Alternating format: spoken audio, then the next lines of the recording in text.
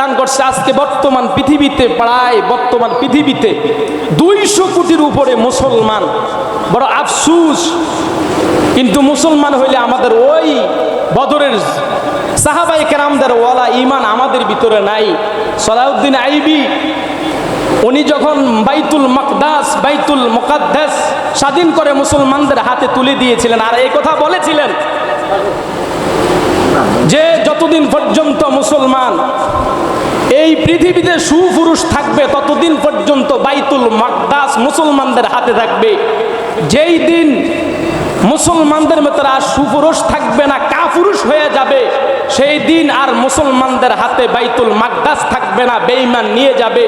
ঠিক তেমনি ভাবে দেখা যাচ্ছে আজকে বাইতুল মুকাদ্দাসে মুসলমান নামাজ পড়তে পারে না, তাদের প্রতি জুলুম করা হচ্ছে।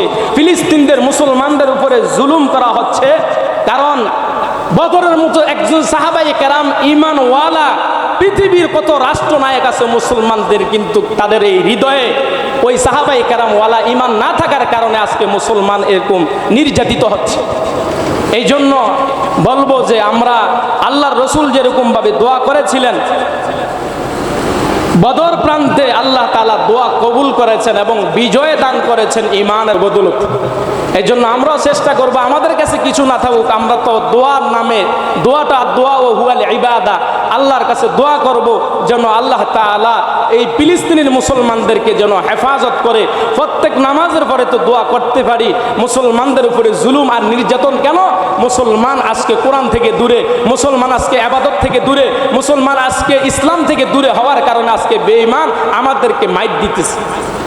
সম্মানিত হাজিরিন, বলার উদ্দেশ্য একটাই, আজকে যে আয়োজন করা হয়েছে দেখেন, একজন বদরের যুদ্ধে আবু জাহেল উতবা, হাদিসের মধ্যে আসছে যে এরকম ভাবে কাতার সোজা করতেছে, যুদ্ধের কাতার ঠিক করতে আসছে, যুদ্ধের মধ্যে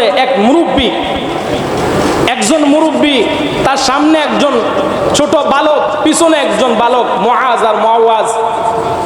ওই মুরব্বী বলতেছে, হায় রে, যুদ্ধের ময়দানে আজকে আমি খুব দুর্বল একটা জায়গার ভিতরে আছি। তখন পিছন থেকে ছোট্ট বালক বলছিল, ও চাচা, আবু জাহেল মক্কার ভিতরে মুহাম্মদকে বড় কষ্ট দিত, সে কে? তাকে একটু ছিনাইয়া দেন। সামনের থেকে ছোট বালক বলছে, ও চাচা, পিছনের দিকে তাকায় বলছে যে আবু জাহেল মক্কার ভিতরে মুহাম্মদকে কষ্ট দিত, সে কে? একটু দেখায়া দেন।